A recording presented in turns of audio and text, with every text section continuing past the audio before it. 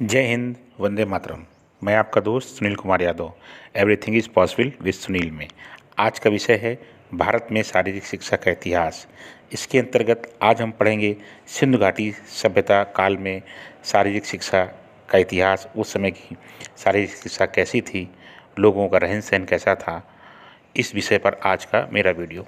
दोस्तों, जैसा आप जानते हैं, व्यक्ति ने जब से इस धरती पर कदम रखा तभी से उसने अपने शरीर पर ध्यान देना शुरू किया, क्योंकि उस काल में वह आदि मानव जो था वह जंगलों में रहता था। अपनी सुरक्षा के लिए अपने शरीर को मजबूत करता था, व्यायाम करता था और इससे जंगली जानवरों और प्रकृति से वह अपनी रक्षा करता था।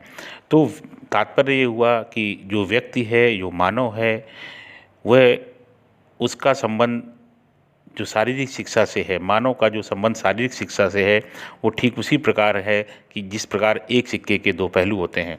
अगर हम शारीरिक शिक्षा को हटा दें तो मानव का जीवन निरर्थक हो जाएगा, उसके जितने भी मूल्य हैं वो समाप्त हो जाएंगे। यदि हम शारीरिक शिक्षा में से मानव को हटा दें तो शारीरिक शिक्षा फिर हम किसको देंगे। तात्पर्य जो है, मानव और शारीरिक शिक्षा वह एक दूसरे के पहलू हैं, एक सिक्के के दो पहलू हैं। तो आइए चलते हैं टॉपिक की तरफ। सिंधु काल में शारीरिक शिक्षा। जैसा कि आप सभी जानते हैं कि रेडियो कार्बन जैसी नवीन पद्धति के द्वारा सिंधु घाटी सभ्यता की सर्वमान्य तिथि जो है वो 3250 से लेकर 2500 ईसा पूर्व मानी गई है। सिंधु घाटी सभ्यता को हम कांस्य युगीन सभ्यता भी कह सकते हैं। सिंधु घाटी सभ्यता एक नगरीय सभ्यता थी जिसमें 6 बड़े नगर थे: मोहनजोदड़ो, हड़प्पा, लोथल, धौलावीरा, राखीगढ़ी और कालीबंगा। मोहनजोदड़ो और हड़प्पा की पुरातत्व जांच और सिंधु घाटी सभ्यता के दौरान शारीरिक क्रिया के बारे में सोचने का अवसर प्रदान करती है। युद्ध के हथियार, उपकरण, औजार, किलाबंदी, मोहरें, मूर्तिकला और अन्य अवशेष जो हड़प्पा और मोहनजोदड़ो से मिले हैं, भारतीय संस्कृति में जीवन पद्धति के बारे में हमें सूचनाएं देते हैं।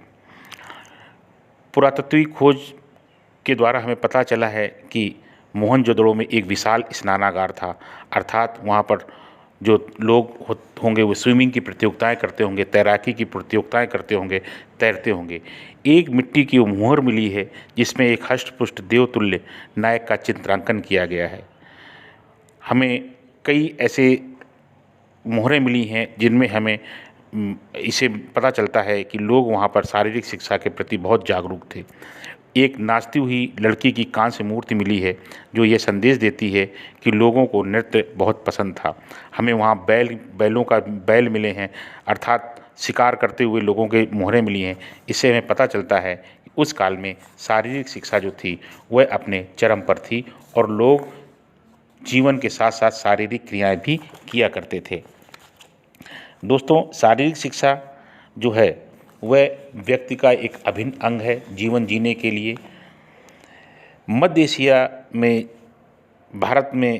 से जब भारत में पदार्पण करने वाली आर्य जात ने 7 नदियों से सिंचित प्रदेश में अपना प्रवेश किया, जिसको हम सप्त सिंधुत्व कहते हैं या सिंधु घाटी की सभ्यता कहते हैं, और उसको जब अपने अधिकार में ले लिया तो इससे ये पता चलता है कि उन लोगों को युद्ध हुआ होगा और युद्ध में उन्होंने यहाँ के सिंधु घाटी सभ्यता के नागरिकों को हराया होगा, और उन्होंने जो हराया होगा तो उन्होंने उसमें तीर कमान, भाले, घुड़सवारी, जैसा हम जानते हैं कि वो घोड़ों पर आए और उनको लोहे की जानकारी थी, तो उनके पास वो तेज़ हथियार थे और वो उनको चलाना जानते थे। इससे हमें पता चलता है कि सिंधु घाटी सभ्यता की जो निवासी थे, जो रहने वाले थे, वह इन सभी क्रियाओं से परिचित थे। उन्हें मल्ल युद्ध आते थे, उन्हें तलवारबाजी चलाना आती थी, उनको घुड़सवारी करना आती थी।